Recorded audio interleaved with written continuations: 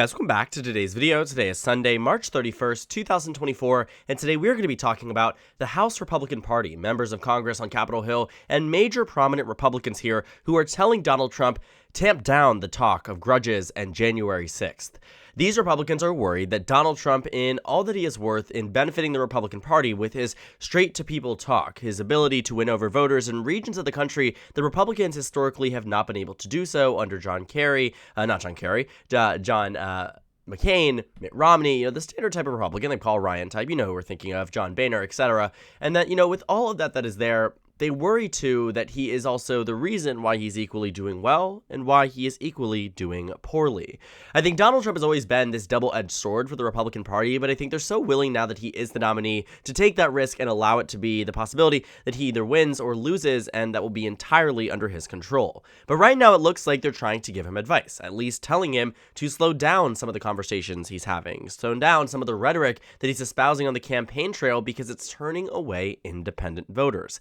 And when you read this article from Politico, I think a lot of it has already been things that we have seen Republicans on a more localized level try to distance themselves from. Things like January 6th and the 2020 presidential election, and trying to overall, inflate that in a presidential race isn't necessarily the best move for Donald Trump, and the local Republicans know that. But now that it's making an impact on the national stage, I think what these Republicans here are saying is that, hey, this will have a down ballot effect not only on Donald Trump, but also on their congressional races, on their state legislative races, and I genuinely believe the Republican Party is worried that a lead that is being sustained right now might not exist in a few months, largely on Donald Trump's own accord. And I think that has really been this underlying fear here, that you never need to underestimate the Republican Party's ability to lose victory from its grasp, right? A victory that probably could be more easily done by another Republican like Nikki Haley, just given where Biden is in terms of approval, where Democrats are in terms of approval. But the election is actually surprisingly close, despite Biden being disapproved of by 15% more of the nation than he is approved of, because of the fact that Donald Trump is equally disliked. And so when he takes on points and he takes on stances that are just universally unpopular across this country, in almost every single state for many of them, they worry that it is too much. The things that they directly talk about in this article, we don't need to get into the nitty-gritty here, it's in the headline, so we can talk about it there, are the grudges in January 6th.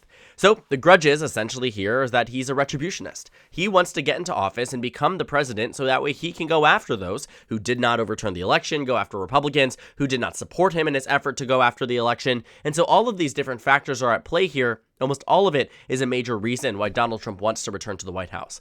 Another thing that he's talking about largely is January 6th, where you have around 75% of this country that believes that January 6th was an attempted insurrection, that January 6th was the wrong thing to do, and fundamentally a very bad look for the Republican Party and Donald Trump in general. And yet, consistently, in battleground states or not, Donald Trump tells his voters on stage that he will pardon the January 6th insurrection members, that he will go after those who went after him in the election, he will go after those with his Department of Justice, and he will go after people that, were just generally not along for the ride with him as he got closer to the end of his term as president. And I think that's really been an underlying motivation here for Donald Trump, that he wants to use this position as a means of getting back at people. And I think right now you find that the American public is not in love with that, and national Republicans are seeing it too.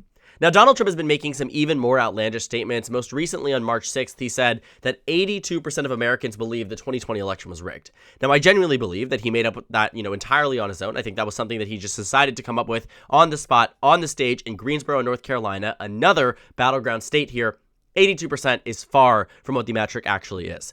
It actually is just 33%. 1/3 of adults in a new poll, according to The Hill, they do routine polling here, they find that 1/3 of Americans believe that Biden's election was illegitimate. Now, that's a lot higher than I think that it should be. We do know that objectively speaking, it was not a rigged election. Objectively speaking, it was not illegitimate, but Donald Trump has really done a great job at building out the narrative here. I mean, you can even see that since 2021, the amount of people who say it's legitimate has decreased a little bit, but I will say too, the amount that say it's not legitimate versus, not 7% increase, this isn't necessarily on the pathway to swaying in favor of Donald Trump.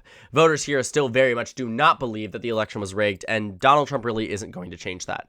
I also will say, too, when you take a look at Donald Trump's policies, whether it's his stances on healthcare and Obamacare, axing whether it comes down to abortion, how he touts that he was the person who overturned Roe v. Wade. I mean, a bunch of different factors here, I think, really make Donald Trump and almost all of his policies relatively disliked by the American public. And I think that's really going to be a major problem as he gets closer to the election. But right now, he's really capitalizing on it, but not in a way that is making mainstream Republicans happy.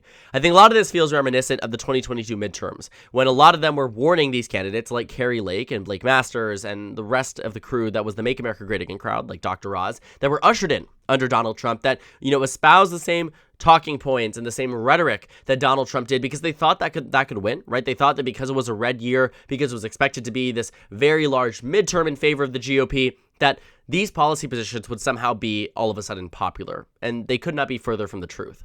Despite it being what was expected to be a red wave year, the polls had shifted 7 points to the right of the nation from 2020, 11 points to the right of the nation from 2018. The competitive races ended up going easily for the Democrats in almost every single one, like Arizona's governor race, Kansas's governor race, Maine's governor race, Michigan governor race, New Mexico governor race, Oregon governor race, Pennsylvania governor race, Wisconsin governor race, right? And then the Senate elections, Arizona, Georgia, Nevada, New Hampshire, Pennsylvania, Colorado, all the states that the Republicans were saying, you know what, we're going to try something new here. We're not new. We're going to replicate Trump, but we're going to field a new candidate. We're going to get someone else to run, somebody who's endorsed by Donald Trump, in many cases did not have strong electoral experience. And it was going to usher in this new wave of conservatism across the country, and it didn't happen. And it didn't happen because of the same things that Donald Trump and the same mistakes that he is making right now. It is these topics that voters do not want to hear about. Let's not ignore the reality that is that voters are unhappy with President Biden. But they aren't unhappy with him because they believe the election was rigged or that January 6th should have happened. And when Donald Trump takes on these points here that make voters really, really turned off, he sways away undecided voters that might otherwise be more willing to vote for him if he just kept his mouth shut. And I think that's what the Republicans are trying to appeal to here and saying, Donald Trump, you have the presidency in your hand right now. You're leading in every single battleground state. You're leading on the national average. You are the best performing Republican they have seen since Mitt Romney in polls. And yet somehow he's losing the election. And I think, that's what they say. Not necessarily losing. I think if the election was held today, he would win, but very, very narrowly. But I do think a lot of these Republicans do expect him to lose because they know that this isn't going to stop. And so in a way to preempt it, they're trying to say, just lay low, act presidential, do what you did in the final 2 weeks of the 2016 campaign, and don't do anything too extreme. And yet in swing state after swing state, at rally after rally, Donald Trump goes in deep about topics like these.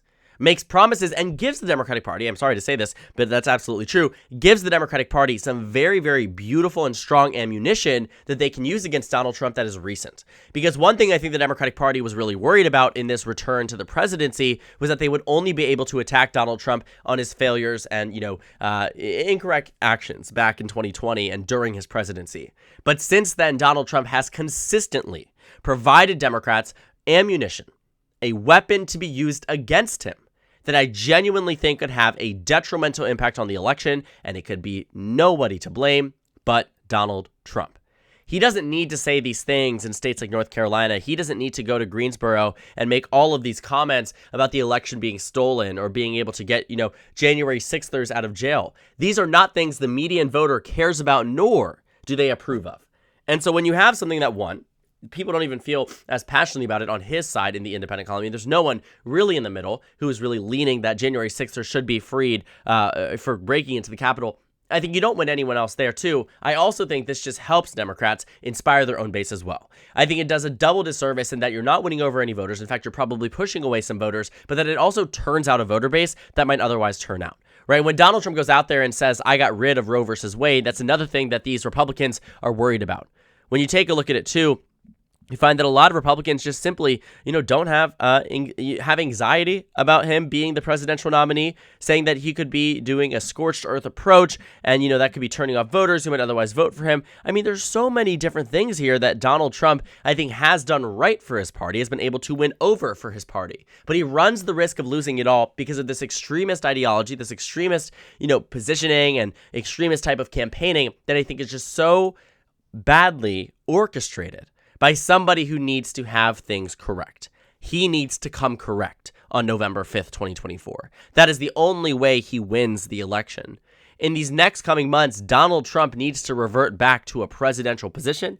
He needs to revert back to being someone who is tempered, somebody who isn't going to be, or not short-tempered is what I meant to say there, but, somebody who comes across as focused on policy, focused on the differential between Biden and the Trump presidency. And I think what he is more focused on is the fact that he lost. And you're now finding it to be a thing that is translating that could benefit potentially Democrats in other positions. Because what we know is that just 24% of Americans have a positive view of the Make America Great Again movement. And so when you have just 1 in 4 Americans aligning themselves with that, it really calls into question, is this genuinely how Democrats, or Republicans rather, win over the majority?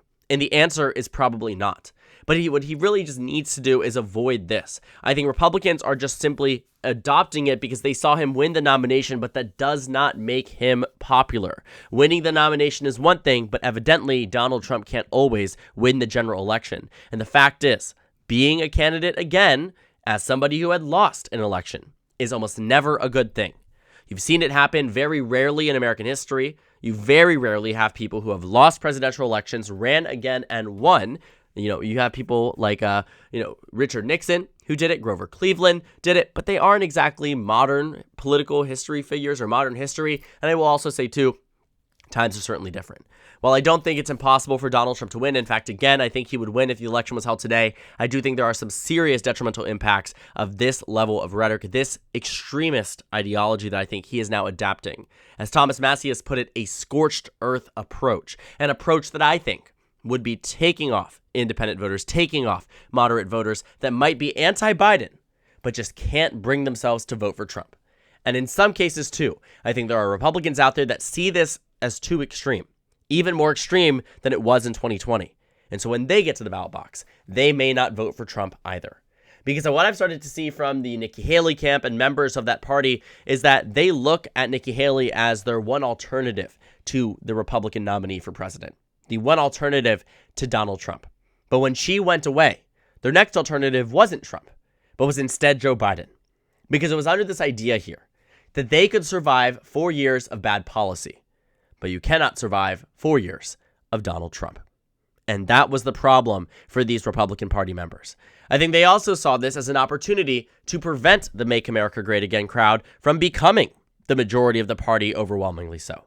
I think right now, while they do have a lot of influence, with Laura Trump at the head of the RNC, with Donald Trump at the head of the Republican ticket, let's not act as if this is something that isn't true and that Donald Trump isn't one of the most influential Republican figures we have seen in decades. That is all true. But what also is true here is that should they win, it will enable the MAGA movement, and so consequently, they are voting for Biden. Because they do not want it to be Trump, and nor do they want the Republican Party to maintain adapting this strategy, adapting this ideology. Because to them, it's not a winnable one, and it's also one that they simply do not align with. And so for many of those voters, they may be more inclined to vote for Biden. And so we will see what happens. I think Joe Biden right now and his campaign are hoping that these MAGA candidates could tank the midterms, hoping that Donald Trump tanks his own presidential election. And while for a while there, it was very much written off as Democratic hearsay, as this, general talking point that Democrats were never really grounded in reality. But now the alarm bells are being rang. They're being rang by Republicans here on Capitol Hill, Republicans here who are very invested in the president's reelection. And many of them in swing districts and swing states that are up this year are also very much counting on Donald Trump to carry them across the finish line. And I think they worry now that with all of this conversation and all of this ammunition being given to the Democrats and all of this, egregious statements surrounding an insurrection, surrounding an election that was fair, I think voters are getting turned off. And I think Republicans are astutely aware of that. Because when they get turned off from Trump, chances are they get turned off by the Republican Party entirely because he represents the party. Now, that's not a perfect science, and I certainly think that different factors come into play when people make decisions about who they're voting for president or who they're voting for on a down-ballot race here. But one thing cannot be denied. Donald Trump lost the last election, and that's that. He lost it on a strategy that was eerily similar to the one that he's adopting now and one that he adopted in 2018 and most notably in 2022 when he endorsed a significant number of nominees, and the majority of them in these battleground states went on to lose. It wasn't perfect. It was not this exact science about Donald Trump's impact on the election, but his track record certainly isn't strong. And I think many Republicans look at that and say, we don't want another loss on your side. And so they will have to keep him in control. That's why they're probably publicly getting Politico out there, getting this into an article, leaking this to the press, because they want him to stop. Because they know that it's hitting them where it hurts, and that voters right now are not as pro-Republican as they should be based on Biden's approval.